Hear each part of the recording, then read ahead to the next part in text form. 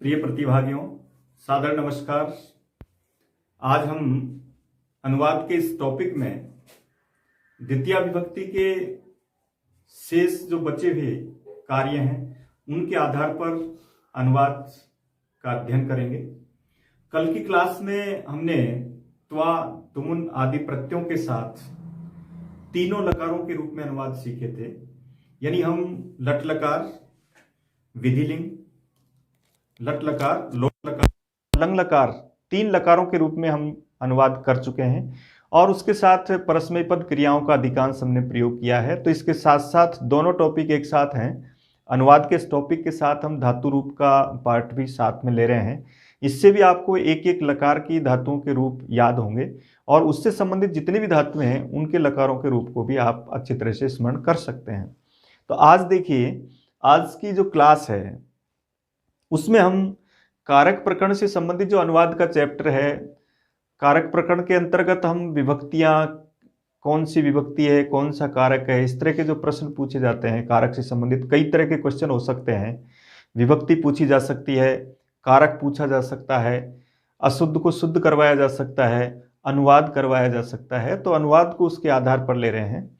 तो देखिए, एक सामान्य सी क्लासों में आपने छोटी क्लासों में कुछ कारक के चिन्ह पढ़े थे, जहां हमने पढ़ा था कर्ता ने कर्म को कर्ण से अपादान से अलग होने के अर्थ में संप्रदान के लिए, इस तरह के जो चिन्ह विशेष आपने पढ़े थे और उससे जो आप अनुवाद कर रहे थे वो एक छोटी क्लासों के लिए उस तरह का अनुवाद सरल होता है। लेकिन रीट जैसी परीक्षाओं के लिए भी वो इसी तरह के अनुवाद प्रष्टव्य होते हैं, लेकिन कुछ कारक के नियमों में, कुछ सूत्रों के आधार पर कहीं कहीं पर इन चिन्हों को नज़रअंदाज कर दिया जाता है और इन चिन्हों के आधार पर दूसरी विभक्ति का हमको प्रयोग करना पड़ता है और वही ऑप्शन हमारा गलत होता है, क्योंकि हम उस कारक चिन्ह के आधार पर वहाँ विभक्ति दूसरी भर देते हैं। और इस तरह के जो अनुवाद के प्रश्न आते हैं उनमें हमको ये बात ध्यान में रखनी होगी कि कहाँ पर उन चिन्ह को नज़रअंदाज किया जाता है और उसके बिना भी दूसरी किसी और विभक्ति का प्रयोग करना पड़ता है। जैसे अनुवाद करते हैं, जैसे पिता पुत्र पर क्रोध करता है। अब यहाँ जब अनुवाद करते हैं तो पर चिन्ह के आधार पर सप्तमी का प्रयोग होना चाहिए, लेकिन यहाँ कारक के नियम से चतुर्थी विभक्ति का प्रयोग करते हैं।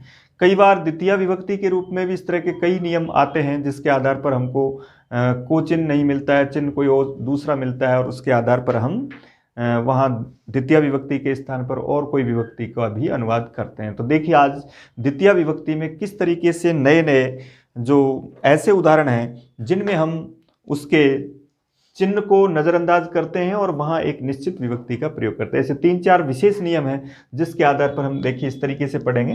हालांकि कर्म की परिभाषा के रूप में आप पढ़ चुके हैं। मैंने सबसे पहले यही बताया कि 3 शब्दों वाले वाक्यों का जो अनुवाद हमने किया था उसमें कर्ता और कर्म वाला जो चैप्टर लिया था, तो वह कर्म में जो कर्म का मुख्य लक्षण है उसको तो हम पढ़ चुके हैं कि वहाँ क्या या किसको लगा करके उसको पहचाना जाता है, तब उसको हम कर्म कारक कहते हैं। इसके आगे कुछ विशेष अनुवाद के इस टॉपिक में द्वितीय विभक्ति से संबंधित शब्द कहाँ प्रयोग करना है उसको थोड़ा ध्यान रखें।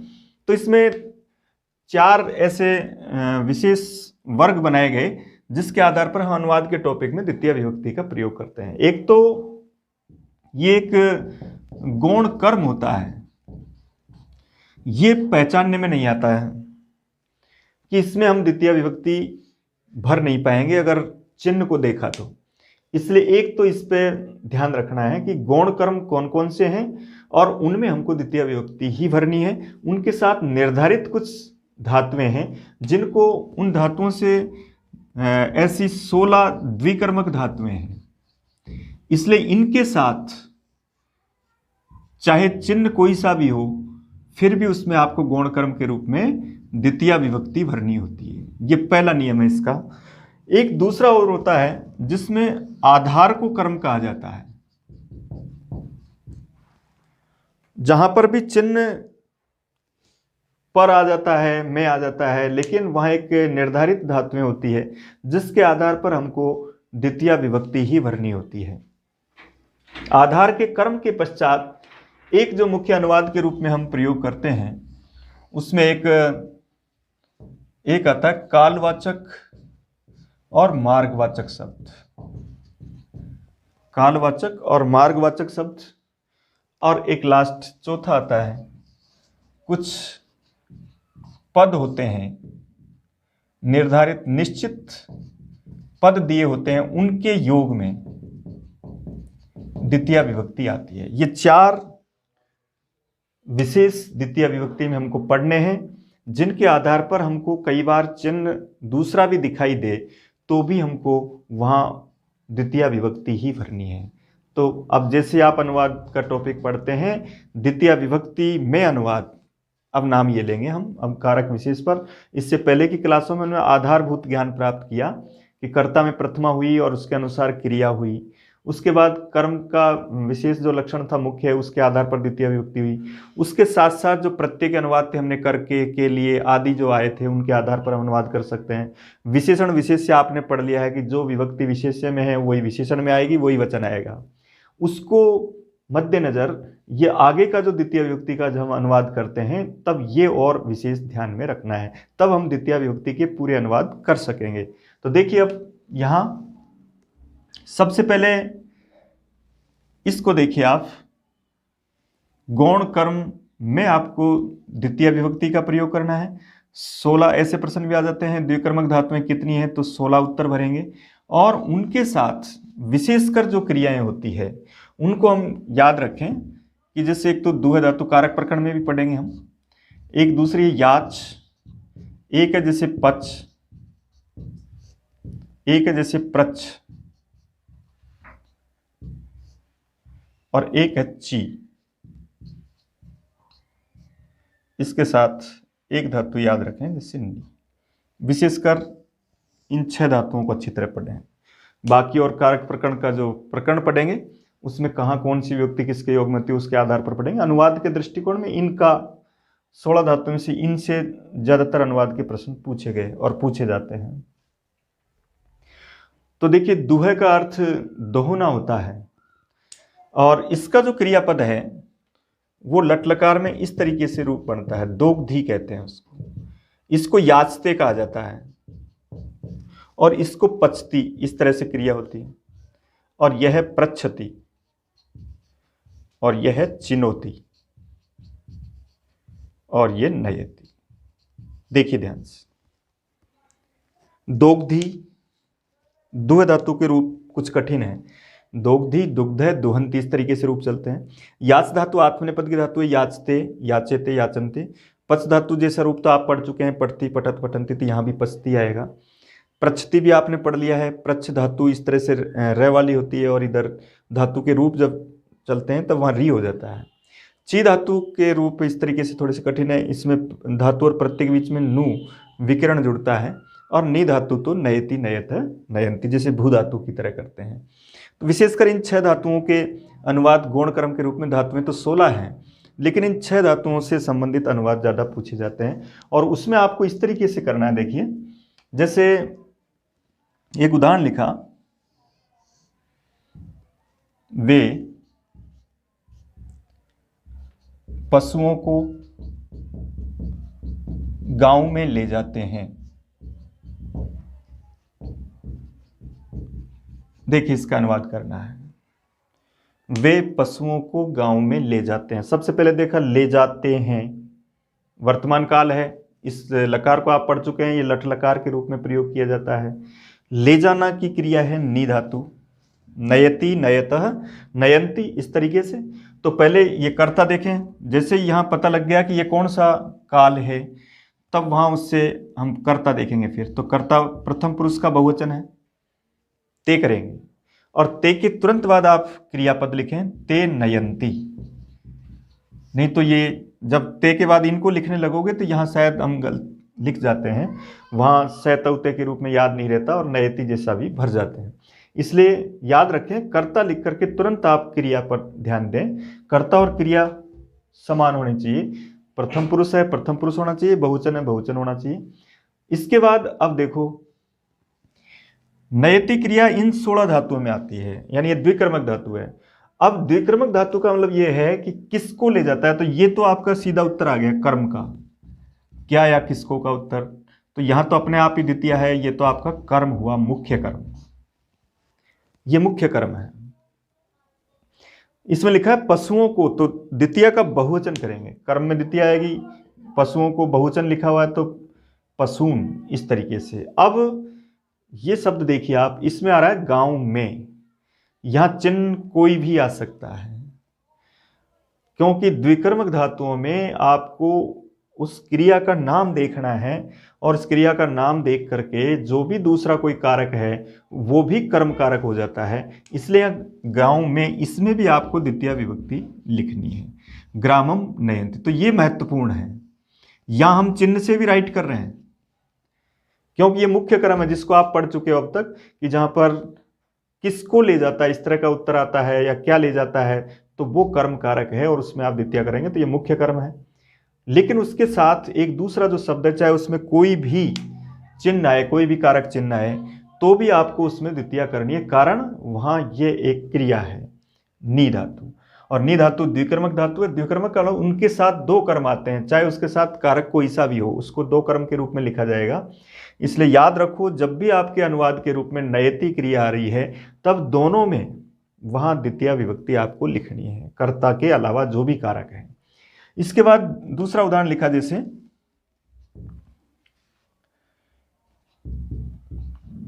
तुमने बालक से रास्ता पूछा। देखिए इस वाक्य को सुनने पर स्पष्ट पता लग जाएगा, भूतकाल का वाक्य, पूछा। इसका मतलब भूतकाल का अवकर्ता कौन है? तुमने अर्थात त्वम। इसके बाद अब देखो, इसके तुरंत बाद क्रिया लिखो। भूतकाल में रूप चलते हैं, अपृच्छत, अपृच्छताम, अपृच्छन, और त्वम मध्यम पुरुष एक वचन है, इसलिए मध्यम पुरुष एक वचन के रूप में अपृच्छ। त्वम अपृच्छ, पहले कर्ता और क्रिया लिखी। अब जैसे अनुवाद करते हैं, याद रखो द्विकर्मक धातुओं के नाम याद रखो। प्रच्छ क्रियापद आ रहा है, इसका मतलब अब यहां क्या पूछा, तो क्या का उत्तर तो रास्ता है, इसलिए पंथानम, पथिन शब्द होता है, उसका द्वितीय एक वचन में, रास्ते को पंथा कहते हैं, पथिन शब्द में द्वितीय के एक वचन में पंथानम शब्द बनता है, अम के रूप में लिखेंगे। मार्गम भी लिख सकते हैं। और यहां से चिन्ह आ रहा है, तो से चिन्ह में हम क्या करते हैं, हम से चिन्ह में तृतीया या पंचमी भर देते हैं, और वो गलत हो जाता है, क्योंकि जैसे आप इसका अनुवाद कर रहे हैं तो इसको देखना है, इसके साथ दो कर्म आते हैं, दो जगह आपको द्वितीया लिखनी है, ये याद रखना है, चाहे चिन्ह कोई भी हो। इसलिए इसमें बालकम ही आएगा, बालकम, माणवकम, बालक को माणवक भी कहते हैं। तो त्वम बालकम पंथानम अपृच्छ, अथवा त्वम माणवकम मार्गम अपृच्छ। पृच्छति, पृच्छत, पृच्छन्ति, कोई भी क्रियापद आए, याद रखो उससे पहले दो जगह आपको द्वितीय विभक्ति भरनी है, चाहे कारक कोई सा भी हो, कर्ता कारक को छोड़कर।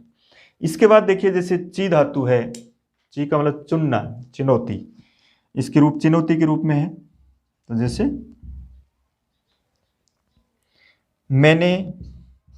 मैं लता से फूल चुनता हूं। देखिए, मैं करता है अहम, इसके बाद चुनता हूं, ये वर्तमान काल की क्रिया है, और वर्तमान काल में ची धातु का अर्थ चुनना, तो चिनौती है यहाँ। इसलिए यहाँ पहली जो प्रथम लाइन होती है, प्रथम पुरुष का एक वचन, मध्यम पुरुष का एक वचन और उत्तम पुरुष का एक वचन, वो तीनों एक जैसे, केवल ती की जगह सी आने पर मध्यम पुरुष हो जाएगा, और मी आने पर उत्तम पुरुष, तो चिनोमी हो जाएगा। इसके बाद पुष्पाणी, और इसमें द्वितीय आ जाएगी लताम, चाहे से चिन्ह हो। अब देखा हमने कि चिनोमी आ रहा है, इसका मतलब दो जगह द्वितीय विभक्ति आपको करनी है। उसमें इतना जरूर देखना है कि वो हिंदी का जो वाक्य लिखा हुआ है उसको अच्छी तरह देखें कि वो एक वचन में है या बहुवचन। एक वचन में है तो लताम लिख दें। अगर इसको ये लिखते अपन, मैं लताओं से फूल चुनता हूं, तो लताओं से बहुवचन हो जाता, तब आपको द्वितीय का बहुवचन करना है। इस तरीके से ची धातु के रूप में, प्रच्छ धातु के रूप में, पच धातु के रूप में, दुह धातु के रूप में, सभी का अनुवाद इस तरह से करें जैसे द्वय धातु के रूप में आपने लिखा, जैसे गाय से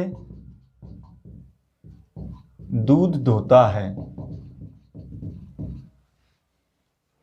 अब यहां कई बार ऐसा भी होता है कि उस वाक्य में कर्ता नहीं लिखा जाता, कर्ता अपने आप स्पष्ट रहता है। इसका मतलब इसका जो कर्ता है वो प्रथम पुरुष एक वचन का है, अर्थात वह गाय से दूध दोता है, हरी गाय से दूध दोता है। जब कर्ता नहीं है तो हम क्रिया से भी पता लगा सकते हैं कि इसका कर्ता कौन होगा। जैसे यह वह है, तुम हो, तो अब जैसे दोहते हो इस तरह का आ जाएगा तो इसका मतलब मध्यम पुरुष का एक वचन हो जाएगा। दोहता हूं तो वो उत्तम पुरुष आ जाएगा, और है के रूप में जब प्रयोग है इसका मतलब प्रथम पुरुष है। तो कर्ता नहीं भी है कोई दिक्कत नहीं है। वहां हम अब देखें कि इसका मतलब एक वचन के रूप में दोहता हूं तो ये दोग्धी क्रिया आएगी। अब यहां कर्ता कोई नहीं है, अब बचे हुए दो शब्द हैं, तो दोनों में ही हमको द्वितीया करनी है। दुग्धम कर सकते हैं, पय कर सकते हैं, और यहां गाय से इसमें भी आपको द्वितीय विभक्ति का प्रयोग करना है। तो गाम पय दोग्धी अथवा गाम दुग्धम दोग्धी, ये क्रियापद थोड़ा सा कठिन होता है। एक अस्ति स्तय संति जैसे क्रियापद होते हैं उसी तरह का ये रूप है। द्वय धातु से दोग्धी रूप बनता है एक वचन में, दोग्धी दुग्धे दुहंती। इसी तरीके से तो ये देखें, हम इसको देखकर दोनों जगह द्वितीया, ये भी द्वितीया है और यहाँ पय में विसर्ग होते हुए भी द्वितीया है। ये स वाले शब्द होते हैं नपुंसकलिंग के, उनमें द्वितीया और प्रथमा दोनों में ही विसर्ग का प्रयोग करना होता है। पय है, मन है, यस है, ऐसे शब्द विसर्गांत नपुंसकलिंग होते हैं। इसके बाद देखिए याच धातु है, जैसे सीता रमा से पुस्तक मांगती है, ऐसा एक वाक्य है। तो मांगने के लिए याच धातु, इनके अर्थ वाली दूसरी धातुएं भी इनमें ही शामिल होती है। जैसे याचते की जगह भिक्षते मांगा जाए तो भी वहां द्विकर्मक का ही प्रयोग करेंगे। इसलिए सीता अब मांगती है, सीता याचते, अब रहे दो शब्द, दोनों में द्वितीया करनी है। रमाम पुस्तकम, इस तरीके से चिन्ह कोई सा भी हो, से आदि चिन्हों के आधार पर आप अनुवाद को गलत नहीं करें। क्रिया देखें आप कि ये आपकी जो गिनी चुनी जो क्रियाएं हैं है तो 16, लेकिन अनुवाद के रूप में इनका विशेष प्रयोग होता है, और इसके आधार पर इन क्रियाओं को नाम से याद रखें। याचते आने पर दो जगह कर्म लिखना है हमको, दो जगह द्वितीय विभक्ति करनी है। इसी तरीके से जैसे पच धातु है, तो यहाँ कई बार जो पुस्तक के जो कारक प्रकरण के उदाहरण उनको ही पूछ लिया जाता है, और उसमें लिखा है जैसे तंडुलान ओदनम पचती, चावलों से भात पकाता है, तो यह कर्ता स है। इसके बाद ओदनम क्या पकाता है, तो ये मुख्य कर्म है, और ये इसका गौण कर्म। गौण कर्म उसको कहेंगे जिसके आगे कोई दूसरे कारक का चिन्ह लगा रहता है। जैसे गाय से चिन्ह आ रहा है कर्म कारक, तो इसको गौण कर्म कहेंगे। रमा से इसको गौण कर्म कहेंगे, चावलों से इसको गौण कर्म कहेंगे, और गांव में इसको गौण कर्म कहेंगे। बालक से ये भी गौण कर्म होगा, और लता से ये भी गौण कर्म होगा। और गौण कर्म में भी हमको द्वितीय विभक्ति, दो कर्म हैं, एक मुख्य कर्म और एक सहायक। सहायक को गौण कर्म कहते हैं। गौण कर्म में वो चिन्ह दूसरे आ सकते हैं, दूसरे कारक आ सकते हैं, उनकी जगह भी आपको द्वितीय करनी है।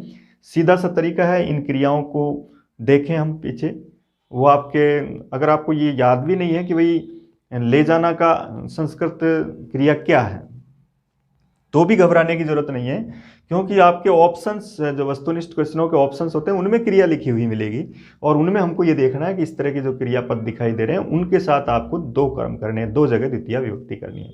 इस तरीके से तो हम गौण कर्म के अनुवाद करेंगे। तो एक तो ये समझें कि इनके साथ ये चिन्ह नहीं होने पर भी, कर्म का चिन्ह नहीं होने पर भी हमको द्वितीय का प्रयोग करना है। इसके बाद देखिए अब आधार कर्म को समझते हैं। इसमें अब देखिए एक है आधार, आधार की कर्म संज्ञा होना।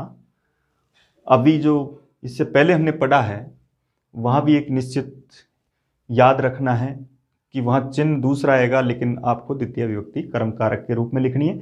सभी शब्द आपने शब्द रूप पढ़ चुके हैं, इसलिए द्वितीय विभक्ति के किस तरीके से रूप बनते हैं उसको आपको लिखना होता है। अब ये और है दूसरा आधार कर्म। यहाँ भी दिक्कत आएगी, जब आप अनुवाद करेंगे तो ये समस्या आएगी कि इसमें चिन्ह कौन सा और किस तरीके से अनुवाद करें। इसमें सीधा उत्तर है, आधार कर्म में हमको ये देखना है, एक तो अधि और सींग धातु है, और एक अधि स्था धातु है, और एक अधि आस धातु है। एक नियम तो ये है, जहां भी क्रियापद इसके रूप में मिले वहां हमको उसका जो आधार है उसमें आपको द्वितीय विभक्ति यानी उसको कर्म कहा जाएगा, और कर्म के रूप में द्वितीय विभक्ति का प्रयोग किया जाएगा। एक इसके साथ दूसरा और होता है उप, अनु, अधि और आंग, अर्थात आ। इन चारों के साथ क्रिया एक है वस। इसको याद रखना है आधार कर्म के रूप में। कहने का तात्पर्य, एक उपसर्ग होगा और उसके साथ 3 क्रियाएं होंगी, सी धातु, स्था धातु और आस धातु, और ये 4 उपसर्ग होंगे, उप, अनु, अधि, आ, और उसके पीछे केवल एक धातु होगी, वस धातु। ये जब दिखाई देते हैं वाक्य के अंत में क्रिया के रूप में, तब आपको याद रखना है उस क्रिया का जो आधार है, सोने का जो आधार है, बैठने का जो आधार है, ठहरने का जो आधार है और रहने का जो आधार है, उस आधार में आपको द्वितीय विभक्ति लगानी है। उसके अनुवाद को गलत नहीं करना है। उसका हिंदी के वाक्य में मैं या पर चिन्ह आएगा, उस मैं और पर चिन्ह के आधार पर आपको सप्तमी विभक्ति नहीं लिखनी है। ये इसी तरीके से अनुवाद पूछे जाते हैं और उनमें हम गलती कर देते हैं, उन चिन्हों के आधार पर हम संबंधित विभक्ति चिन्ह की विभक्ति लगा देते हैं। तो देखो, जैसे अधि सी है, इसका मतलब यहां सी धातु का रूप सेते के रूप में होता है, स्था धातु का रूप तिष्ठति के रूप में होता है, और आस धातु का रूप आस्ते के रूप में होता है। बहुवचन करेंगे तो सेते, सयाते, शेरते, इस तरीके से रूप चलते हैं क्रिया के। तिष्ठति के तो जानते हैं आप, पठती, पठत, पठंती, तिष्ठति, तिष्ठत, तिष्ठन्ति, और आस्ते, आसाते, आसते, ये थोड़ा कठिन है। इस तरीके से ये क्रियापद, और उनसे पहले केवल अधि। इसका रूप आप जानते हैं, वस्ती, वसत, वसंती। इनको देखना है, ये 4 क्रियाएं 4 है, सेते, तिष्ठति, आस्ते, वस्ते। इन 3 के साथ एक ही उपसर्ग है अधि, और इस एक ही धातु के साथ 4 उपसर्ग हो सकते हैं और उसके आधार पर उसका जो आधार होगा उसको हमको कर्म करना है, यानी उसमें आपको द्वितीय विभक्ति लगानी है। जैसे कोई अनुवाद किया, जैसे सन्यासी भूमि पर सोता है, ये एक वाक्य है। इसका अनुवाद करने के लिए कहा जाएगा, और आपको किस तरीके से अनुवाद करना है। अनुवाद करने से तात्पर्य आपको कोई रिक्त स्थानों की पूर्ति नहीं करनी है, आपको ABCD के 4 ऑप्शन से आपको ये निर्धारित करना है कि कौन सा राइट है। तो वहां हमको इसका अनुवाद अगर केवल सेते के रूप में आता है तब तो कोई बात नहीं, हमको तो केवल यहाँ ये 4 याद रखने हैं कि मान लो यहाँ अधि सेते आ रहा है, तो ये कर्ता है, कर्ता में प्रथमा विभक्ति एक वचन है तो एक वचन लिख देंगे, सन्यासी।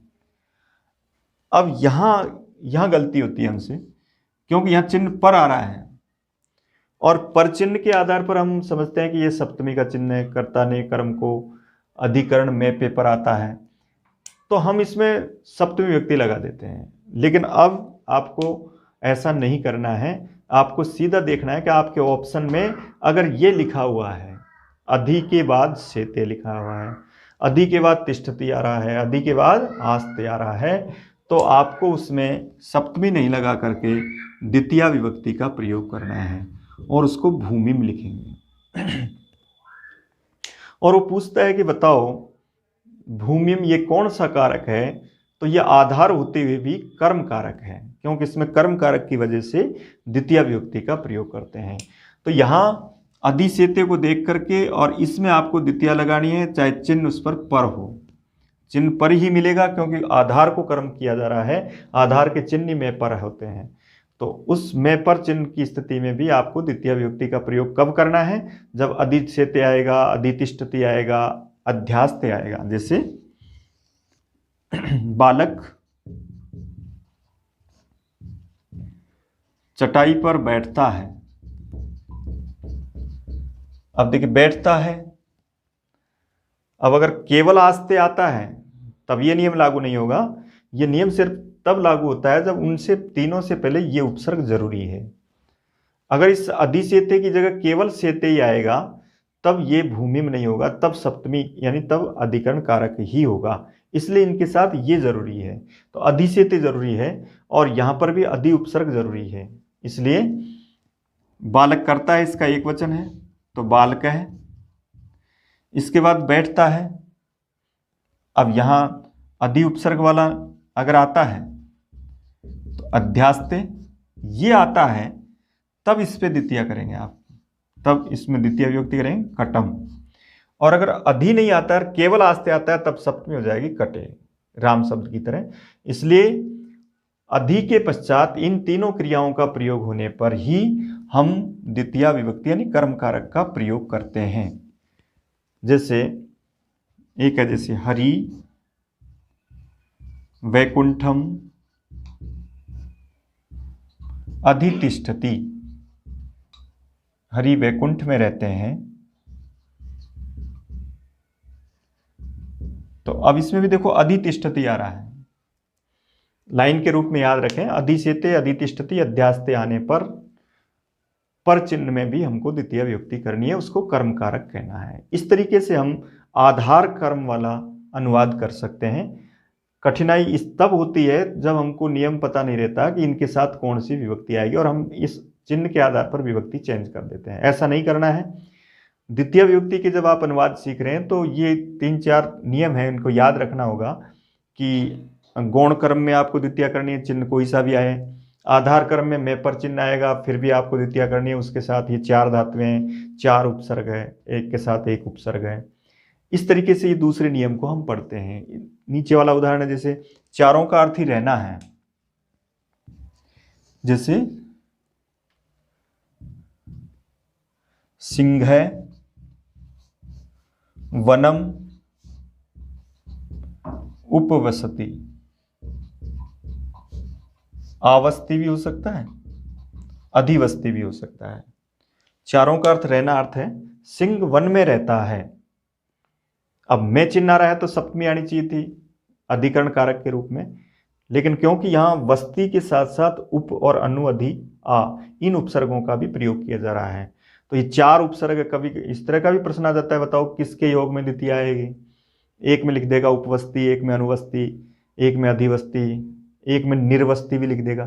तो ये 4 याद रखने चाहिए, उप अनु अधि और आ, इनके साथ ही द्वितीय विभक्ति का प्रयोग होता है, बाकी के साथ सप्तमी होगी। इसी प्रकार अधिसेते के साथ भी ऐसा ही होगा। एक है जैसे जना ग्रामम अधिवसंति, लोग गांव में रहते हैं। तो यहां बहुवचन है जना, जना के अनुसार अधिवसंति, अधि उपसर्ग आ रहा है और इसके साथ ग्रामे नहीं आएगा, ग्रामम आएगा। इस तरीके से हम आधार के कर्म के वाक्यों का अनुवाद कर सकते हैं। केवल 4 क्रिया के रूप में याद रखना है, अधिसेते अधितिष्ठति अध्यास्ते उपवस्ती अनुवस्ती आदि, और उनके आगे जिसमें मैं पर चिन्ह आ रहा है उसमें आपको द्वितीय विभक्ति बताते हुए कर्म कारक बताना है अनुवाद के रूप में। इस तरीके से उसको राइट करें। ये दूसरा पक्ष भी याद रख लें कि अगर मान लो इनमें ये उपसर्ग नहीं आते हैं और उपसर्ग के अलावा केवल ये क्रिया ही आती है, तब आपको सप्तमी ही लगानी है। इन उपसर्गों के साथ ही हमको द्वितीय का प्रयोग करना है। तो ऐसे जब उदाहरण आते हैं तो इनको देख करके आपको द्वितीय विभक्ति, रिक्त स्थान आता है उसमें कौन सा भरा जाएगा उसके ऑप्शन को देख करके ये राइट करेंगे आप। द्वितीय के रूप में अम का हम प्रयोग करते हैं। इसके बाद अब तीसरा देखिए। अब देखिए तीसरे नंबर पर हमने लिया था कालवाचक और मार्गवाचक शब्द एक कारक प्रकरण का एक सूत्र है, कालाध्वनोर अत्यंत संयोगे। कालवाचक और मार्गवाचक जो शब्द होते हैं, इन दो प्रकार के शब्दों में हमको द्वितीय विभक्ति का प्रयोग करना है, लेकिन उसमें एक अर्थ जरूरी होता है, अत्यंत संयोग अर्थ होना चाहिए। अत्यंत संयोग अर्थ किस तरीके से देखा जाता है? अत्यंत संयोग का मतलब है, जैसे मैंने कहा कि भाई वह दिन भर पढ़ता है,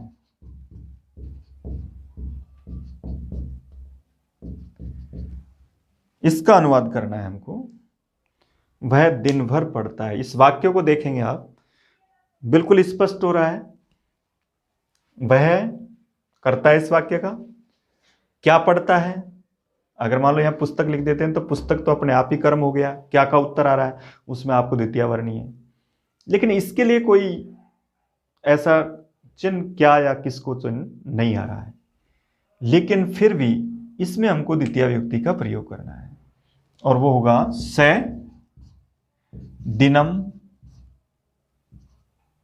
पठति अथवा अधीते।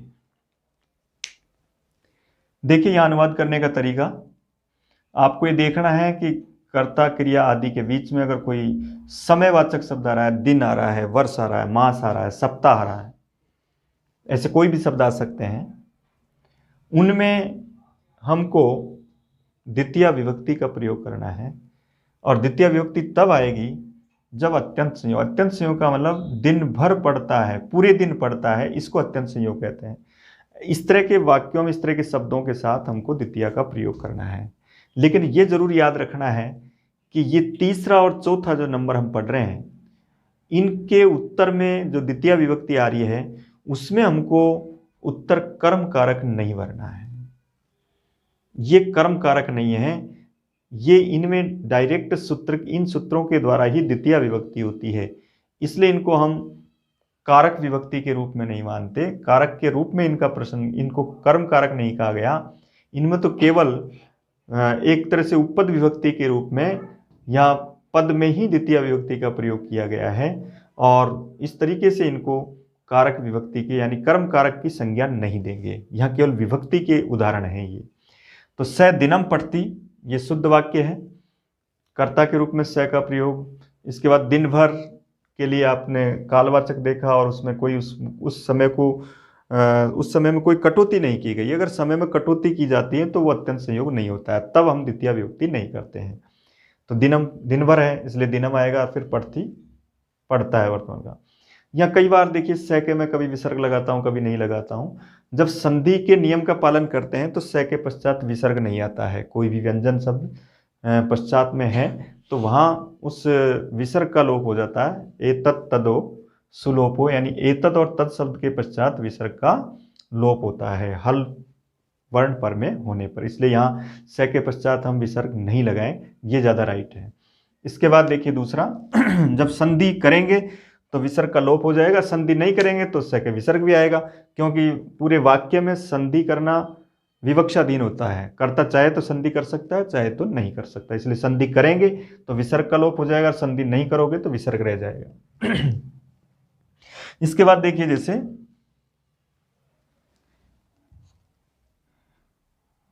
पांच वर्ष तक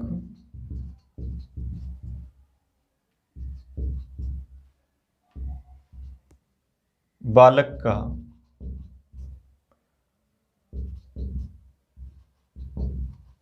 लालन पालन करना चाहिए, ऐसा अनुवाद करना है।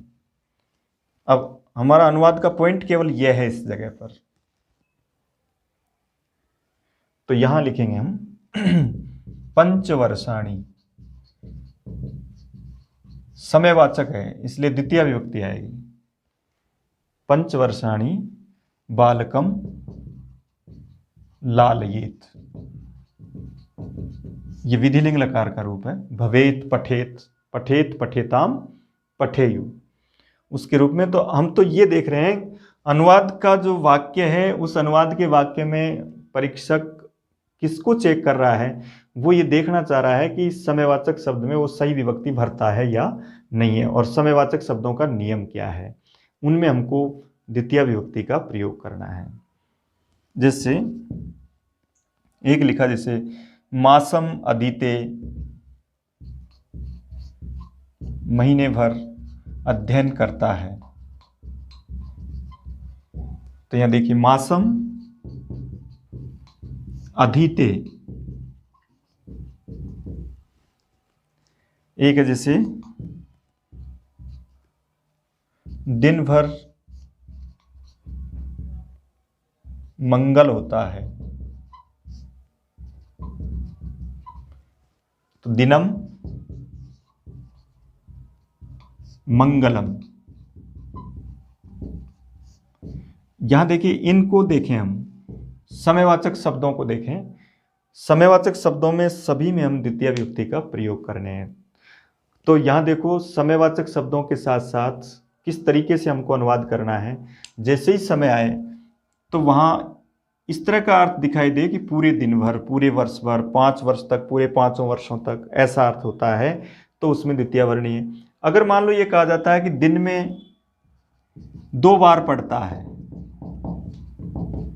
ऐसा अनुवाद आने पर वहां हमको समयवाचक शब्द में द्वितीय नहीं भरनी, क्योंकि वहां आपका जो ये अत्यंत संयोग अर्थ है वो खंडित हो गया।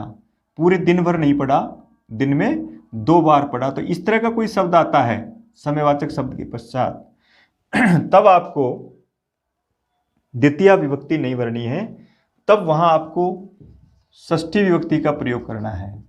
दिनस्य द्वि, इस तरीके से दिनस्य मास। लेकिन ये कब? जब आपका दिन है, मास है, वर्ष है, उसके बाद में आ रहा है जैसे वर्ष में 2 बार, वर्ष में 5 महीने, इस तरीके के जब अनुवाद आते हैं तब आपको वहां द्वितीय की जगह पर षष्ठी का प्रयोग करना है। समयवाचक और मार्गवाचक जो शब्द होते हैं उनमें 3 तरह की विभक्ति आ सकती है। द्वितीय आ सकती है, षष्ठी आ सकती है, और एक तृतीया भी आ सकती है। तृतीया के जब अनुवाद पढ़ेंगे तब उसको पढ़ेंगे। द्वितीय में तो आप यही याद रखें कि अगर केवल समयवाचक शब्द, उसके आगे उसको खंडित करने वाला कोई 2 बार 3 बार इस तरह का शब्द नहीं आता है, तब आपको द्वितीय विभक्ति का प्रयोग करना है। एक मार्गवाचक शब्द है, जैसे योजनम है, जैसे क्रोशम है, ये मार्गवाचक शब्द हैं। कोस भर, योजन भर। तो जैसे मैंने कहा कि 1 कोस तक पहाड़ है, तो क्रोशम गिरी। कोस भर तक पहाड़ है, इसका मतलब कोस भर तक जो आया उसके साथ द्वितीय विभक्ति आएगी। क्रोस शब्द को याद रखें, योजन शब्द को, ये दोनों शब्द मार्गवाचक शब्द के रूप में आते हैं, और मार्गवाचक शब्द के रूप में हम द्वितीय विभक्ति का प्रयोग करते हैं। योजनम समुद्रम, इस तरह का जो अर्थ करते हैं। इसी तरह जैसे क्रोशम कुटिला नदी, कोस भर तक नदी टेढ़ी मेढ़ी है, तो वहां पर कोस एक अत्यंत संयोगवाचक शब्द हुआ। हमको याद रखना है क्रोस शब्द, योजन शब्द, दिन, मास, वर्ष, समयवाचक जो भी शब्द है, इन शब्दों को देखकर इन शब्दों में ही द्वितीय करनी है, शब्दों के योग में नहीं करनी। इन शब्दों में खुद में, जैसे दिन है तो दिनम हो जाएगा, वर्ष है तो वर्षम हो जाएगा, मास है तो मासम हो जाएगा, योजन है तो योजनम, और क्रोश है तो क्रोशम। उसके साथ अगर कोई भी चाहे क्रिया हो अथवा न हो, अथवा कोई शब्द भी हो सकता है, क्योंकि ये कारक नहीं है, कर्म कारक नहीं है, केवल द्वितीय विभक्ति है, इसलिए वहाँ जरूरी नहीं क्रिया ही हो, वहाँ कोई शब्द भी आ सकता है, और शब्द के साथ भी आपको द्वितीय विभक्ति। तो इन 500 शब्दों को याद रखें, इनके साथ द्वितीय वर्ग, इनमें भी आपको कोचिन से पकड़ में नहीं आ रहा है, ये केवल समय और मार्ग के रूप में ही पकड़ में आ रहा है। और उनमें जब इस तरह को उनको खंडित वाली भाषा नहीं हो आगे, तब आपको उसमें द्वितीय विभक्ति का प्रयोग करना है। इस तरीके से आप तीसरे नियम को पढ़ेंगे। पहला पढ़ा आपने गौण, कुछ क्रियाएं थी उनके साथ कोई चिन्ह आ सकता है। दूसरा पढ़ा आपने आधार, जिसमें मैं पर चिन्ह आएगा, लेकिन वहां भी आपको कर्म कारक भरना द्वितीय। तीसरा पढ़ा हमने काल और मार्ग। ऐसे 4 नियम हैं, चारों को एक लाइन में भी याद कर सकते हैं कि इनके साथ हमको द्वितीय विभक्ति यानी कर्म कारक का प्रयोग करना है। केवल तीसरे और चौथे में उनको कर्म नाम नहीं दिया जाएगा, उनको द्वितीय विभक्ति नाम दिया जाएगा। अब चौथा देखिए आप, चौथा है अब देखिए चौथे नियम के साथ द्वितीय विभक्ति पूरी हो जाएगी। द्वितीय विभक्ति में जहां जहां हमको द्वितीय विभक्ति भरनी है अनुवाद के दृष्टिकोण से, ये महत्वपूर्ण है चारों। तो लास्ट है अब चौथा, उपपद। उपपद का मतलब क्या होता है? देखिए, कुछ शब्द विशेष होते हैं और उन शब्द विशेष को मानकर जो विभक्ति आती है उसको, पद विशेष को मानकर जो विभक्ति आती है वो उपपद विभक्ति कहलाती है, और क्रिया को मानकर जो विभक्ति आती है वो कारक विभक्ति कहलाती है। जब दोनों विभक्तियां पास पास हो जाती है, एक ही जगह दोनों विभक्तियों के नियम मिल जाते हैं उपपद या कारक के, तब कारक विभक्ति को बलवान माना जाता है। तो यहाँ अब चौथे में हम पढ़ रहे हैं कि कुछ शब्द विशेष होते हैं, उन शब्दों को देखकर उनके साथ हमको द्वितीय विभक्ति लगानी है, और वो भी कर्म कारक नहीं होंगे, उनका भी नाम उपपद विभक्ति के रूप में माना जाएगा। अब वो पद कौन कौन से होते हैं? 2-3 वार्तिकें कात्यायन ने लिखी जिनके आधार पर शब्द विशेष चयन किए गए, इन शब्दों के साथ हमको द्वितीय करनी है। जैसे ये कुछ शब्द विशेष है, जैसे अभित शब्द है, इसका अर्थ है दोनों ओर। दूसरा शब्द है परित, इसका अर्थ है चारों ओर। तीसरा है समया और निक्सा, इन दोनों का अर्थ है समीप।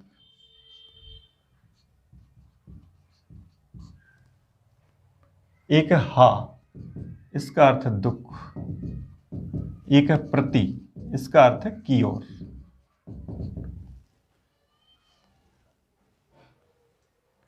एक है इसके बाद उभयतः, इसका अर्थ भी दोनों ओर।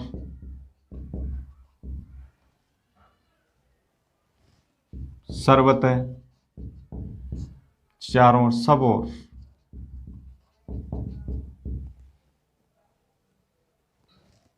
एक धिक शब्द है जिसका अर्थ है धिक्कार।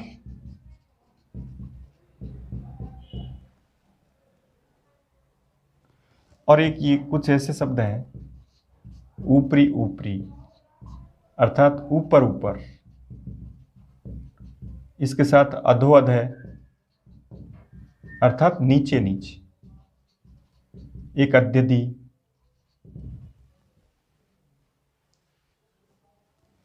और इसके पश्चात एक अंतरा और एक अंतरेण। अंतरेण का अर्थ है के बिना, और अंतरा का अर्थ है के बीच। इनके साथ ये शब्द हैं। चौथे नियम में हमको सिर्फ इतनी तैयारी करनी है, हमको ये एक लाइन याद रखनी है कि जब भी कोई वाक्य का अनुवाद दोनों ओर, चारों ओर, सब ओर, इस तरह के अर्थ के रूप में, समीप के रूप में, ऊपर ऊपर, नीचे नीचे के अर्थ में, के बीच के रूप में, के बिना अथवा धिक्कार या की ओर, ऐसे अर्थों का जब अनुवाद पूछा जाए तब हमको इन शब्दों का चयन करना है। शब्दों का चयन भी आपको आपके ऑप्शन के आधार पर ये शब्द नजर आएंगे, और जैसे ही ये शब्द आपको दिखाई देते हैं तब आपको वहाँ उसके योग में द्वितीय विभक्ति भरनी है। ये चौथा नियम सबसे ज़्यादा सरल है, क्योंकि यहाँ हमको कोई क्रिया नहीं देखनी है, यहाँ सिर्फ ये शब्द देखना है हमको आपके चारों ABCD ऑप्शन में कि वहाँ अभित आ रहा है, परित आ रहा है। अनुवाद किसी का करवाया जा रहा है तो वहाँ जरूर ये देख लें कि जैसे दोनों ओर के लिए अभित आएगा, चारों ओर के लिए परित आएगा। तो ऐसे शब्दों का चयन जरूर कर लें, इन शब्दों का अर्थ याद कर लें, और उससे हम उस वाक्य में जहाँ भी विभक्ति दर्शा रहे हैं वो राइट होनी चाहिए। जैसे देखिए कुछ उदाहरण इसमें मैंने लिखा, कृष्ण के दोनों ओर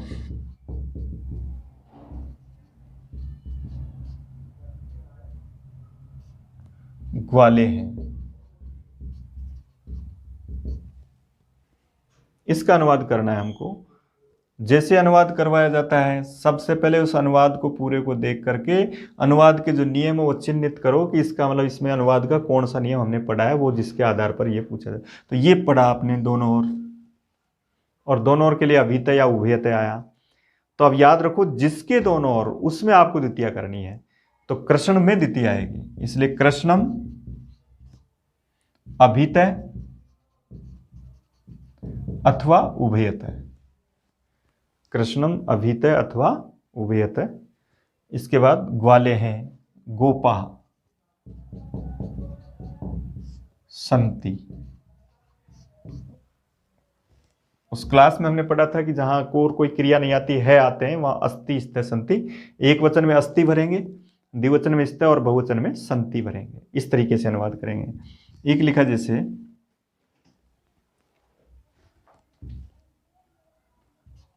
गांव के चारों ओर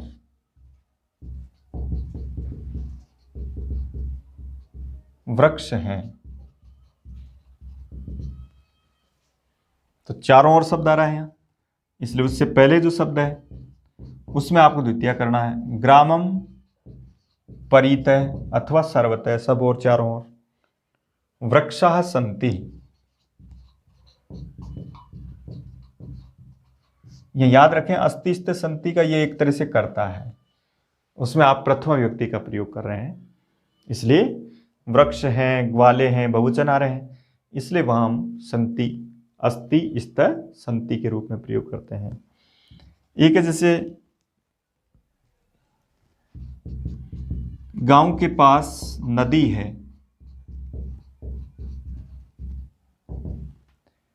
तो के पास के लिए समया निक्सा शब्द है, तो ग्रामम समया अथवा निक्सा।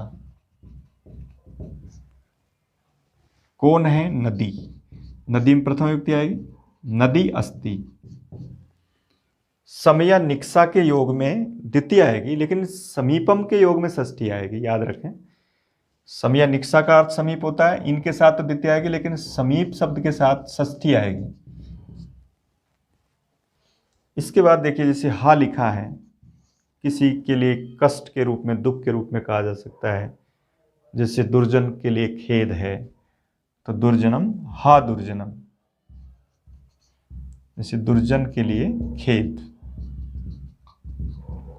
तो हा दुर्जनम, हा दुष्टम, हा कृष्णा भक्तम, इस तरह के प्रयोग करेंगे हम। जहां हा और धिक का प्रयोग होगा, वो जिसमें दुष्टता के प्रति उनको धिक्कार कहा जाता है या उनके प्रति खेद कहा जाता है। इसी तरह से की और है, जैसे ग्रामम प्रति, गांव की ओर, गांव की ओर जाता है, ग्रामम प्रति गच्छति,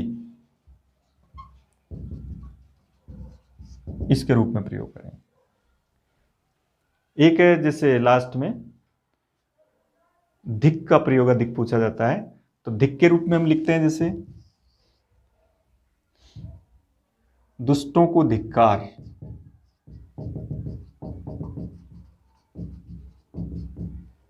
तो दुष्टान धिक। इस शब्द का उदाहरण ज्यादा पूछा जाता है, याद रखें। ये शब्द जहां भी अनुवाद के दृष्टिकोण से आए, उसके साथ आपको द्वितीय विभक्ति राइट करनी है। एक वचन भी हो सकता है, द्विवचन, बहुवचन, कोई सा भी, विभक्ति द्वितीय आएगी। इसलिए दुष्टान, दुर्जनान, इस तरह के शब्द उसके साथ, तान, धिक, धिक के योग में हम द्वितीय का प्रयोग करते हैं।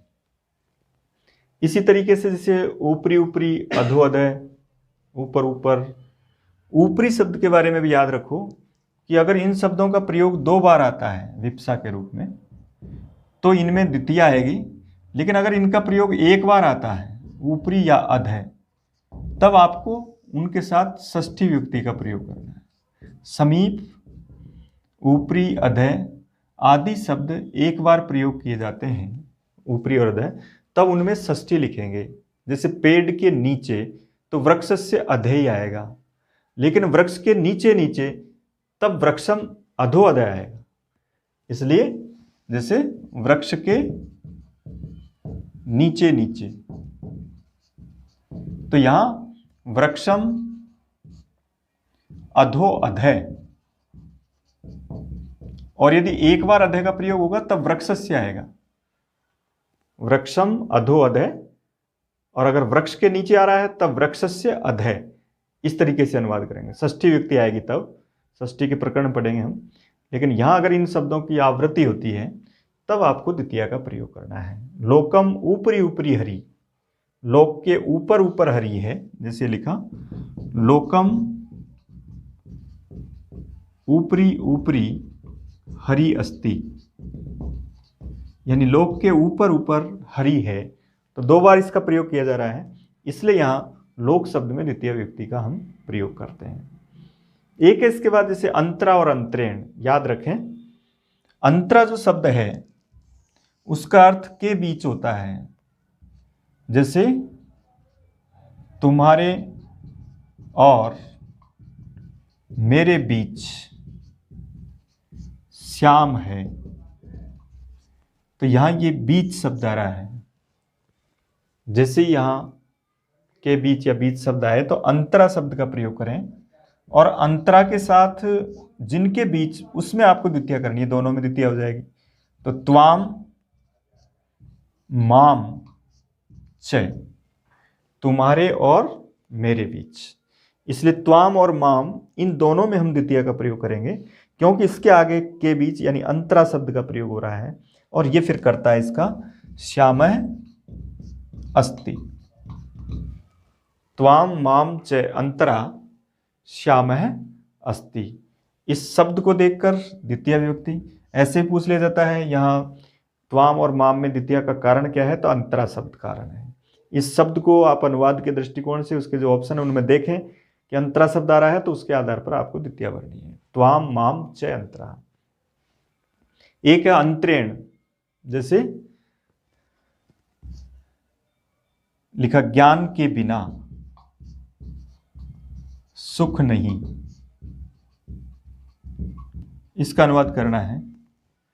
तो के बिना आ रहा है, इसके साथ बिना का प्रयोग भी कर सकते हैं, लेकिन ये उस पर निर्भर करेगा कि आपके जो ऑप्शन दिए हुए हैं इस अनुवाद के, उनमें अगर अंतरेण शब्द आ रहा है तो उस नियम के आधार पर इसमें द्वितीया करेंगे। इसलिए ज्ञानम